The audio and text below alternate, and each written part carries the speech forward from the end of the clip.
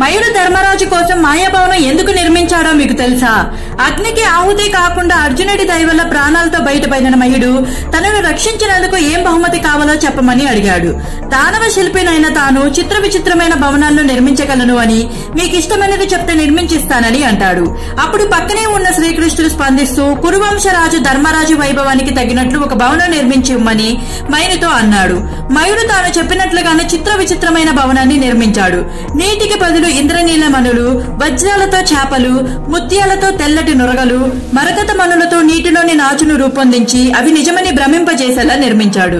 కాంతి పరావర్తనం, ప్రతిబింబం, ఇంద్రధనుసులాగా విరిగి వికృతి పొందడం లాంటి శాస్త్ర విషయాలను ఆధారంగా చేసుకుని ఉన్నవి లేనట్లుగాను లేనివి ఉన్నట్లుగాను కనిపించే అద్భుత రీతిలో ఈ మాయాసభ నిర్మాణం జరిగింది. ఈ మాయాసభ నిర్మాణం చూడడానికి వచ్చిన దుర్యోధనుడు నీళ్లను చోట లేవనుకుని భ్రాంతి చెంది జారిపడగా అది చూసి ద్రౌపది పరిహాసించింది.